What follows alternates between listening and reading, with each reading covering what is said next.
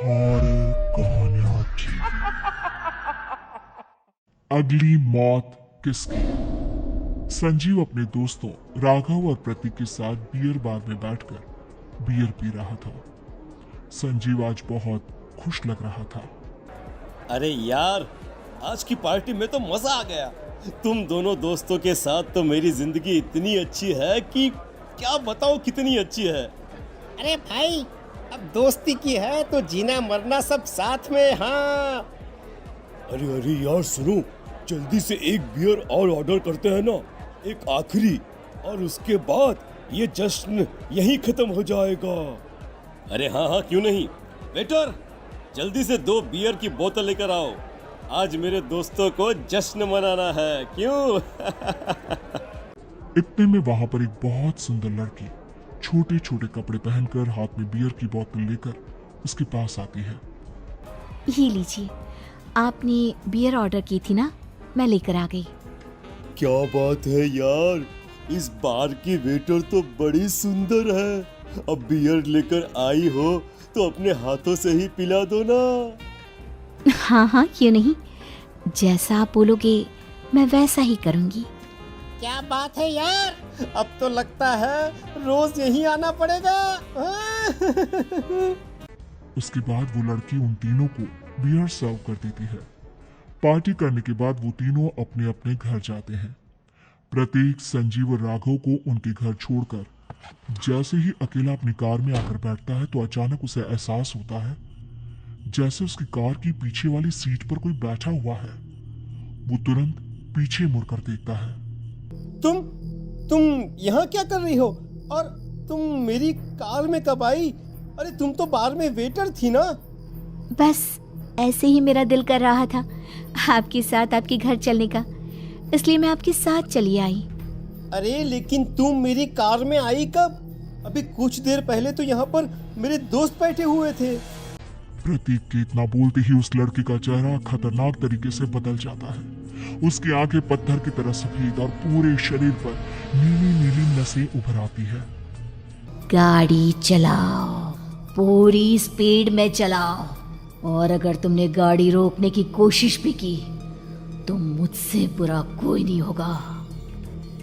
डर की वजह से प्रतीक के पसीने छूटने लगते हैं। उसका शरीर बुरी तरह से कांप रहा था। प्रतीक बिना कुछ सोचे समझे कार को फुल स्पीड से चलाना शुरू करता है। चलते चलते वो शहर से दूर एक पहाड़ी पर पहुंच जाता है और सामने अब सिर्फ पहाड़ी का किनारा दिख रहा है, जिसे देख प्रतीक घबराकर अचानक से कार को ब्रेक लगाता है। देखो, मुझे छोड़ दो मुझे। अगर मैंने गाड़ी जरा सी भी आगे बढ़ाई तो हम दोनों नीचे गिरकर मर जाएंगे। ये तो तुम्हें पहले सोचना चाहिए था ना। अब कुछ नहीं हो सकता।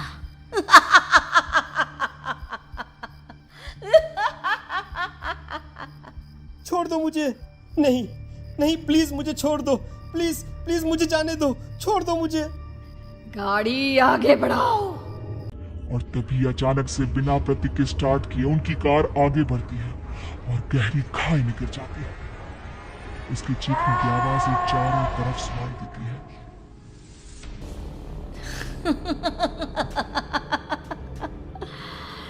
तुझे मारकर मेरे कलेजे में जल रही आग को थोड़ी शांति तो मिल गई, लेकिन अभी ये कहानी खत्म नहीं हुई। और फिर अगले दिन राघव और संजीव को पता चलता है कि प्रतीक की पहाड़ी से नीचे गिरकर मौत हो गई। अरे कल रात की तो बात है यार, हम सब बैठकर पार्टी कर रहे थे, लेकिन मेरी एक बात समझ में नहीं आ रही। राघव शहर से इतना बाहर उस पहाड़ी पर इतनी रात को क्या करने गया था? अरे यार, वही सोचकर तो मैं भी परेशान हूँ। हम दोनों को छोड़ने के बाद तो वो सीधा अपने घर जाने वाला था, और वो आत्महत्या क्यों करेगा भाई? कल रात तक वो कितना खुश था, हमारे साथ सेलिब्रेट कर रहा था। हाँ, लेकिन पुलिस ने तो यही कहा है कि प्रतीक ने अपनी कार को जानबूझकर पहाड़ी से नीचे गिरा दिया और आत्महत्या कर ली। अरे यार, संजीव, मेरी तो कुछ भी समझ में नहीं आ रहा है। चल ठीक है, अब मैं अपने घर जाता हूँ। Okay, bye. राघव अपने घर में अकेला था। दोपहर का वक्त था। तभी दरवाजे की घंटी बजी। कौन है? अरे 1 मिनट रुको, अभी आता हूँ। राघव ने जैसे ही दरवाजा खोला उसने देखा कि सामने एक बहुत खूबसूरत लड़की खड़ी हुई है। कौन है आप और यहाँ किससे मिलने आई हैं? देखिए ना, बाहर बारिश शुरू हो गई थी, मेरी गाड़ी खराब हो गई है। आपका घर नजर आया तो सोचा कुछ हेल्प ले लेती हूँ। क्यों नहीं, आइए ना, आइए आइए। मेरे कपड़े पूरे भीग चुके हैं, क्या आपके पास टॉवल मिलेगा प्लीज? राघव अपने बाथरूम से एक टॉवल लाकर उस लड़की को देता है। Thank you so much. अब मैं चलती हूँ। अरे इतनी क्या जल्दी है? आप चाहे तो बारिश रुकने तक यहाँ पर रुक सकती हैं। हाँ। लड़की ने पलटकर राघव की तरफ देखा। नहीं, मुझे जाना होगा, मेरा काम बाकी है। और वो वहां से चली गई। उस लड़की के जाने के बाद राघव अपने बाथरूम में नहाने के लिए गया और जैसे ही उसने बाथरूम में देखा तो उसका टॉवल वहीं पर लटका हुआ था। उसने टॉवल हाथ में लिया तो देखा कि उसका पूरा टॉवल खून के धब्बों से सना हुआ है। अरे अरे ये क्या? ये टॉवल तो मैंने उस लड़की को दे दिया था। ये वापस मेरे बाथरूम में कैसे आ गया? और इस पर ये खून के धब्बे कहां से आ गए?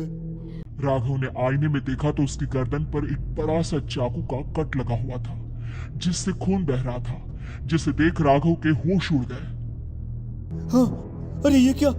मेरी गर्दन इतनी ज्यादा कटी हुई है और मुझे दर्द भी नहीं हो रहा है। ये क्या हो रहा है मेरे साथ? राघव घबराकर बाथरूम से बाहर आया और अपना मोबाइल उठाकर उसने संजीव को फोन लगाया। संजीव जल्दी से मेरे पास आ जाओ। मुझे लगता है कुछ बहुत बड़ी गड़बड़ है, जल्दी आ जाओ। उधर से आवाज आई लेकिन वो आवाज संजीव की नहीं बल्कि एक लड़की की थी। कुछ अजीब नहीं हुआ है, बस तुम्हारी मौत तुमसे मिलने आई थी और तुम्हें मारकर चली गई। अब तुम इस दुनिया का हिस्सा नहीं हो राघव, इसलिए तुम्हें अपनी गर्दन के कटने का दर्द भी महसूस नहीं हो रहा। नहीं, ऐसा नहीं हो सकता, ऐसा नहीं हो सकता। कौन हो तुम? तुम्हारी मौत। अब संजीव के पास खबर पहुंचती है कि राघव ने अपने ही घर में चाकू से गर्दन काटकर आत्महत्या कर ली। ये सुनने के बाद संजीव के होश उड़ गए। वो पसीने से तरपतर हो गया और एक अनजाना डर अब उसके दिल को सताने लगा। संजीव के साथ ही उसका एक छोटा भाई राजीव भी रहा करता था। अपने भाई को इस तरह परेशान देखकर राजीव उसके पास आया। अरे भैया, क्या हुआ भैया? आप इतने घबराए हुए क्यों लग रहे हैं? प्रतीक और राघव की मौत, मेरा मतलब मेरी कुछ समझ में नहीं आ रहा भाई। अचानक से मेरे दोनों दोस्तों ने आत्महत्या क्यों कर ली? अरे वो तो मेरी भी समझ में नहीं आ रहा है भैया। हाँ, हो सकता है कि कोई परेशानी होगी और इसीलिए उन्होंने ऐसा किया होगा। हाँ, लेकिन दोनों की जिंदगी में एक साथ परेशानी और दोनों का इतनी खतरनाक तरीके से आत्महत्या करना, कहीं ऐसा तो नहीं मैं भी मर जाऊंगा? अरे आप ऐसी बातें क्यों कर रहे हैं भैया? वैसे ही मैं इतना परेशान हूँ। जब से अंजलि ने मेरा साथ छोड़ा है तब से सब कुछ बहुत अजीब सा हो गया है।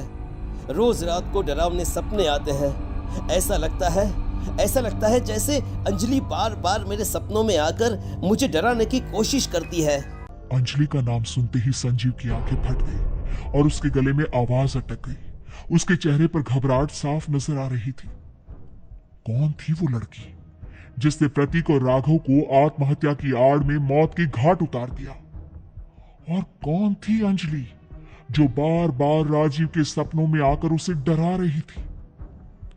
अंजलि का नाम सुनकर संजीव इतना घबरा क्यों गया? इन सवालों के जवाब जानने के लिए देखिए इस खतरनाक कहानी का अगला भाग।